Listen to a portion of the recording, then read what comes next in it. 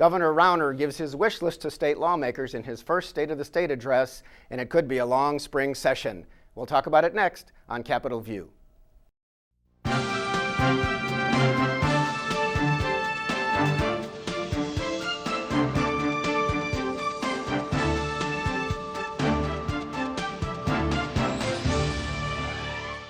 Welcome to Capitol View, the program where we talk about state issues, sometimes federal issues, and how they just might affect your life.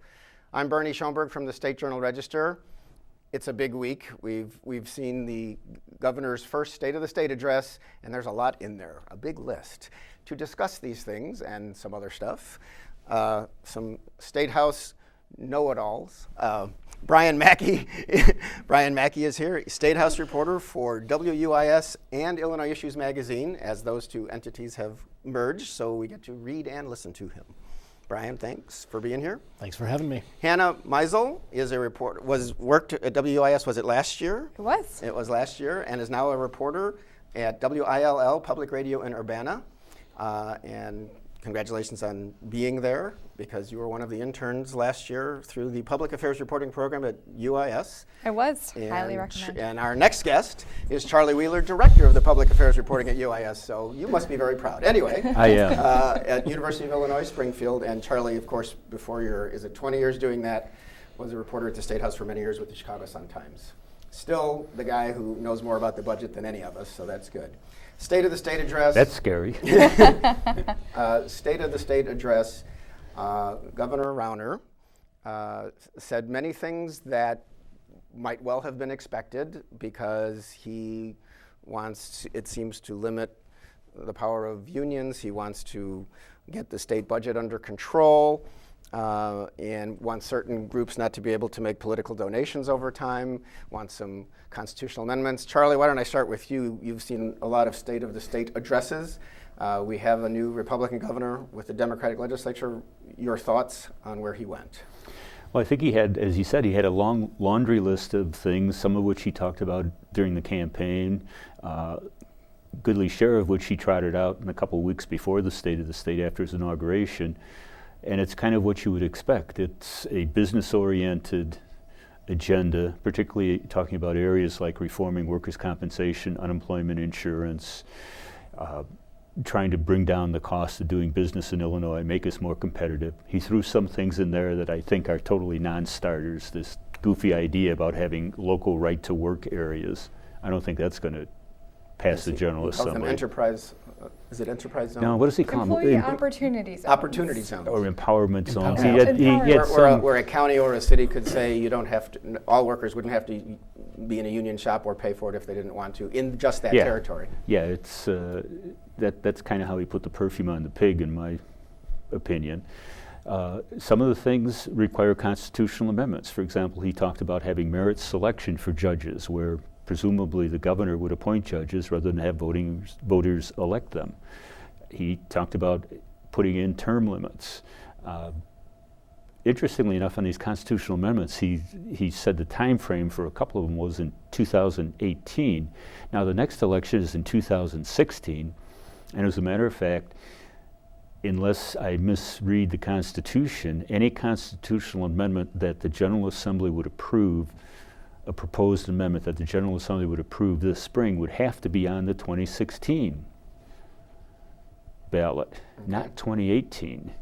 Well, maybe he's just hoping that they'll do a lot of his agenda now and wait a couple years and do the rest. And 2018 obviously is when he's running for re-election, presumably, or there's the next governor election for sure, and this could be kind of his way of, I don't know, digging at the Democrats who put a lot of referenda on the ballot in November, trying to gin up their support.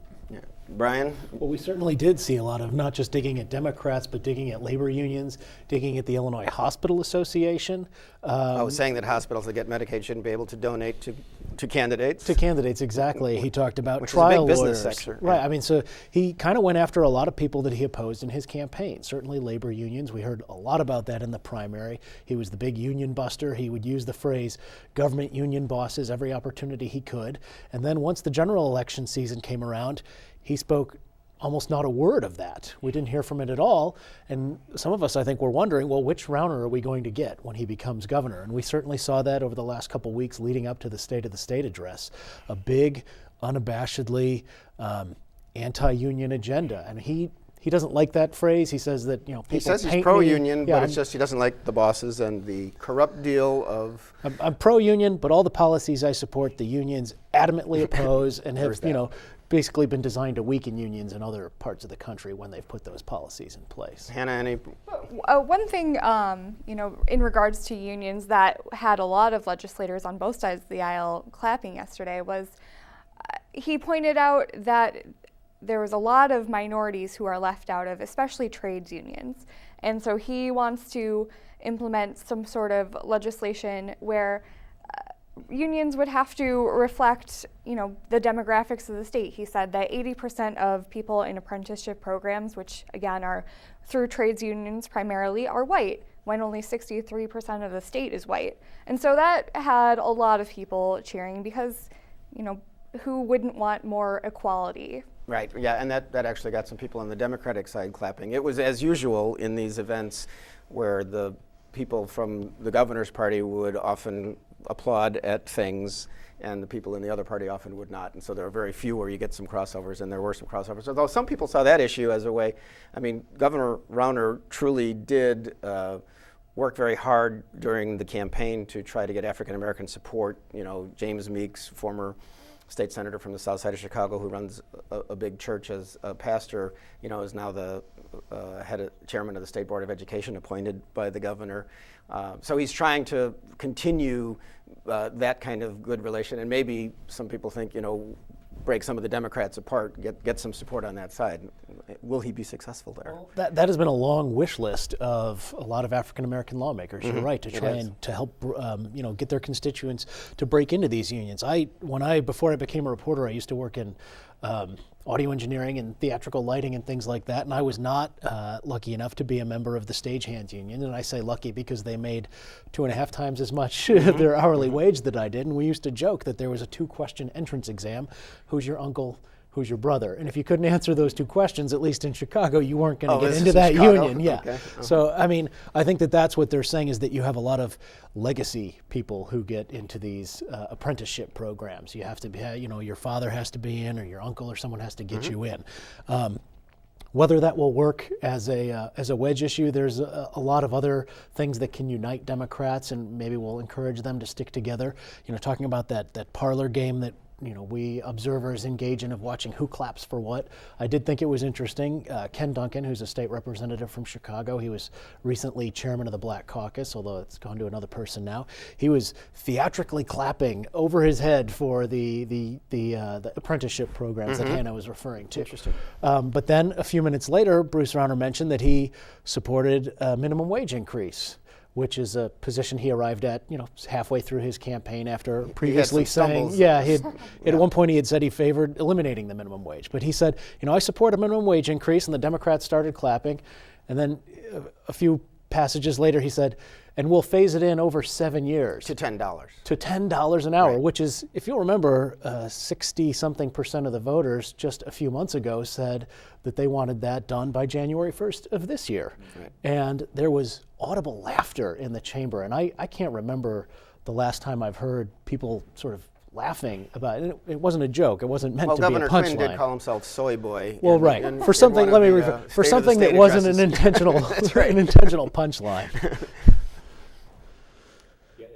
Interestingly enough, if I'm not mistaken, earlier this week, the state Senate passed a minimum wage increase that would bring it up to, what, $12? $11 over the next 2 years. In 2 years, right. Yeah. Yeah, and so they're on a faster track and a higher level than the governor who wants to do it. I don't know, like a couple pennies a week. It's a quarter a year, I think you said. A quarter a year? 25 cents a year, which of course... And even then the business groups are opposing that. Well, the retail merchants said that would hurt employment and that kind of thing. Obviously the governor, from the time he was campaigning, made an issue of labor unions and how inappropriate he thought it was for the power that some of them exert in public, if they're public employees. But they're also He wants to undo project labor agreements or not have them, which is any government project right now has to have kind of like prevailing wages pay a certain kind of wage anywhere it is, union or non-union labor, and he wants to do away with that because he said it would lower the cost of projects. And that kind of attacks other trade unions beyond the public ones. So again, he is saying these things, but can this happen in a Democratic legislature? I would be very surprised if that kind of stuff went through, but it's typical right-wing, the Koch brothers agenda, in my estimation, where you try and make your profits by driving down other people's wages. Yeah, it would save money. I mean, if we use convict labor to do our construction projects, it would save a heck of a lot of money. The point is that those kind of drive down the wages means that working people get paid less money. Prevailing wage means that if you're having a project and you're hiring workers, you have to pay them what the going rate is for unionized labor. You could always find somebody who'd work for less, but you're not allowed to do that. You have to hold to a decent living wage. Now, I should mention, I guess people would guess it just from listening to me, that I'm a member of a union. I'm a lifetime member of the Chicago Newspaper Guild, and I'm a firm believer in unions because I think they have really done a lot to benefit working people, working men and women, historically in this country. And in my judgment, to the extent that union influence has diminished, working people have suffered. Interesting. Education is another thing. He wanted to lift the caps on charter schools, which would allow more of that actually the teachers' unions don't like very much. He said he would give more money to education, and he didn't really say much about budgeting in general. Again, where are we? We shouldn't be surprised by that. The Illinois Constitution has the governor give two speeches, and this is the State of the State address. This is the more policy-oriented, what legislation the governor wants to see implemented. And then we're going to hear in just less than 2 weeks now a budget address where he will have to lay out the 18th, I think. Exactly how he wants the state spending to go for the next fiscal year. Of course, he's got kind of a crisis that the Democrats set up for him right now because the income tax increase expired on January 1st. Halfway through the fiscal year, it went down to 3.75% from 5% where it had been for individuals, and the corporate rate also lowered. And that has left, it started out as a $1 and $2 billion hole. Now we've heard $5 billion hole. Well, that would be on an annualized basis, right? Over the course of, and I mean, over the next, I think the Speaker Madigan said during his swearing in, $10 billion over the next 2.5 years. Mm-hmm. So this is a huge hole to fill. We've already heard, reports that certain prisons in Illinois may have difficulty meeting payroll as of March. Right, and that's partly because the budget that was passed under, when Pat Quinn was still governor, even he said it was inadequate, and he was upset with the legislature for not doing that, although he wanted the tax extended.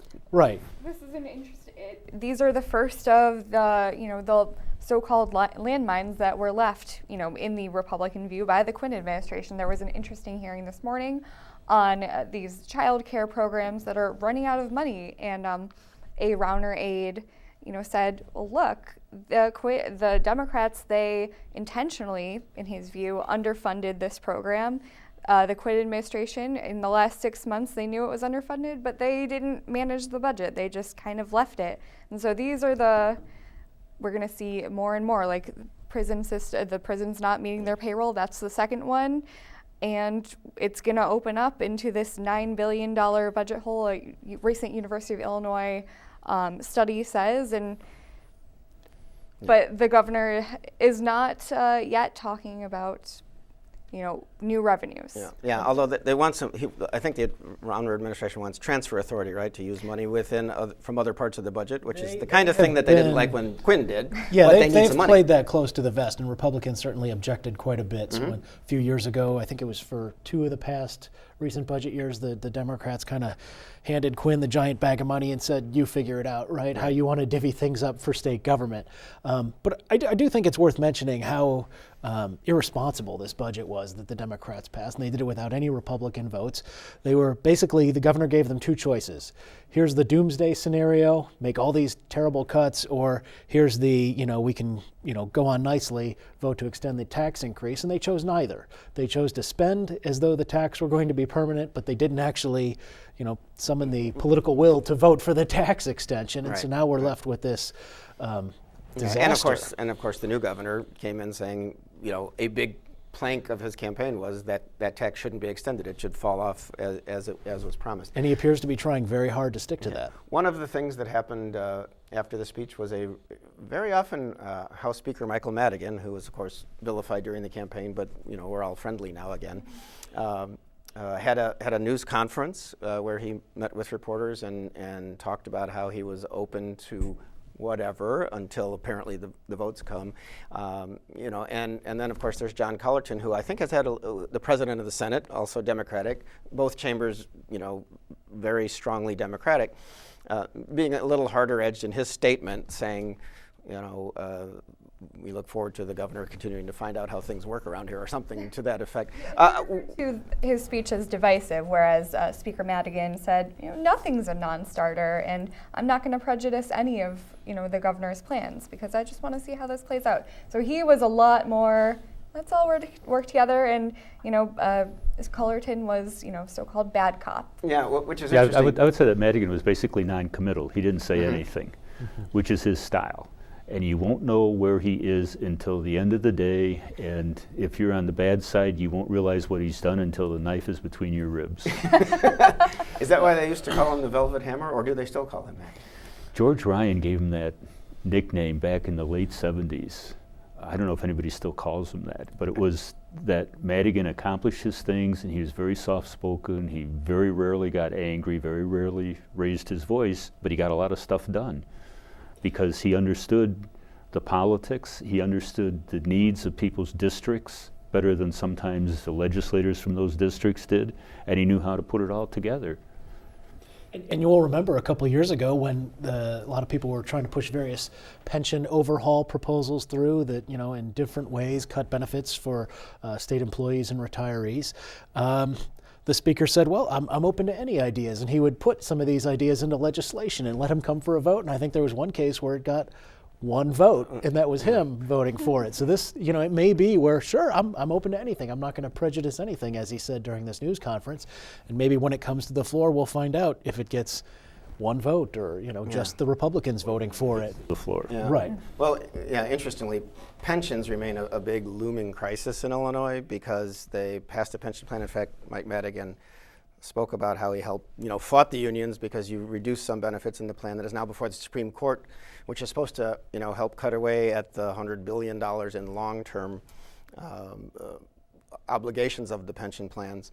And if the Supreme Court says that plan can't stay in place, then it's back to ground zero. Everybody at the State House says it's another big problem for the governor and legislators. And I don't, this speech again, we didn't even get into that, but that creates more problems, and we'll see where it goes.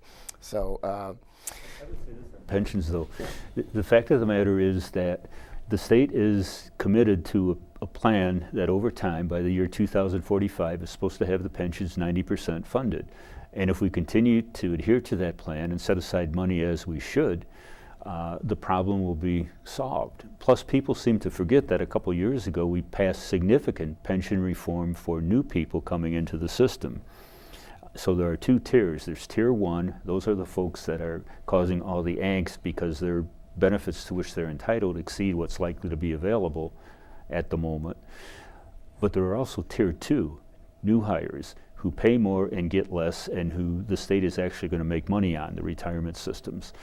So over time, the problem will solve itself. There'll be some rough spots trying to get through with the funding, but ultimately when everybody's tier two, there won't be any issue, and they should be fully funded. But also, I will count on him as using that as a political football as long as he can. He went through 3 speeches in the last couple of weeks in different areas, and he would repeatedly show this one slide, and it said, this is what Illinois keeps paying for pensions, and it was on the up and up. And I looked at it and I said, well, that's the pension ramp that was agreed on in 1995. Mm-hmm. But he says, look at it's mismanagement, because it's a lot simpler to explain that than explain a pension ramp that happened 20 years ago. Yeah. And on the wish list of things that he wants the legislature to put into effect is for current employees to either go into that Tier 2 system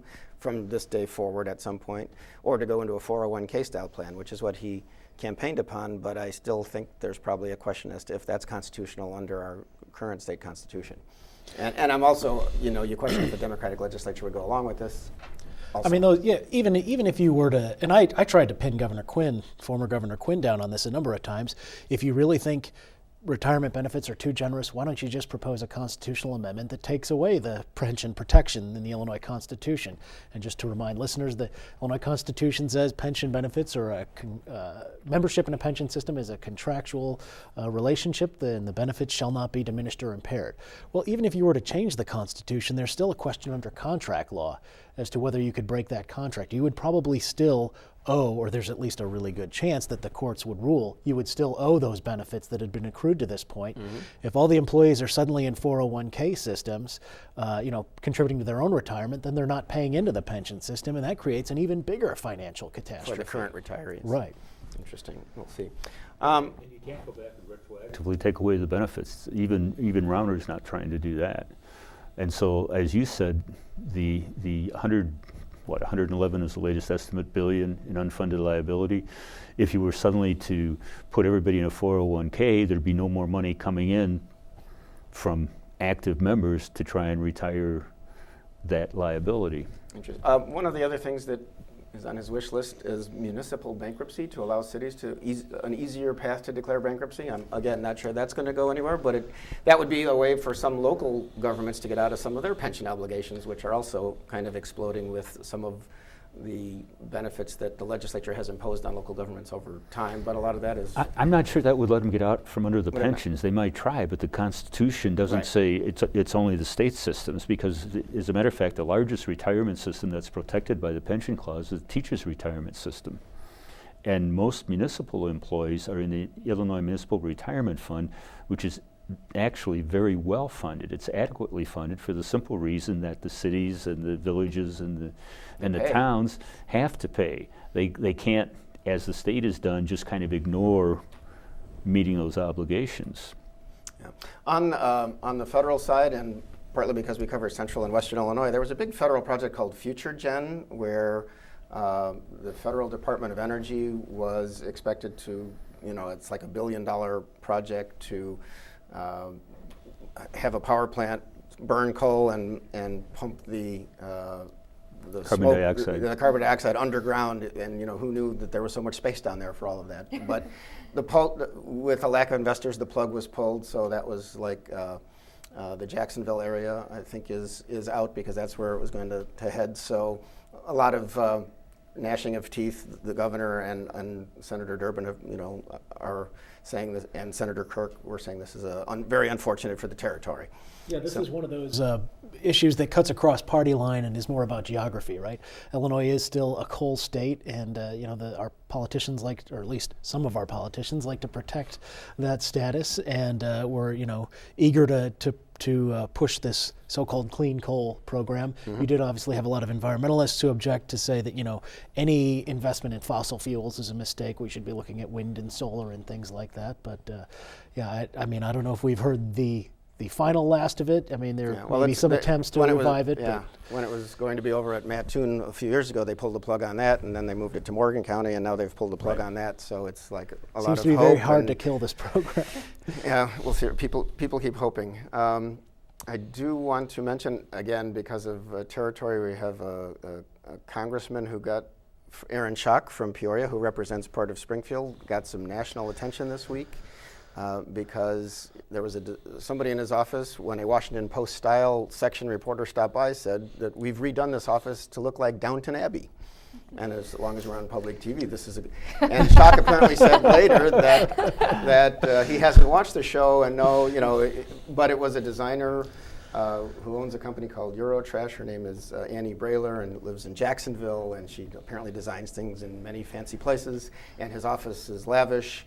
And the press secretary, or actually it's a senior advisor to Aaron Schock named Benjamin Cole, asked the photographer, this reporter, to delete the photos the reporter did not, and then reported this. And this is the kind of story that everybody picks up nationally. So you had, many outlets talking about the congressman with the Downton Abbey office.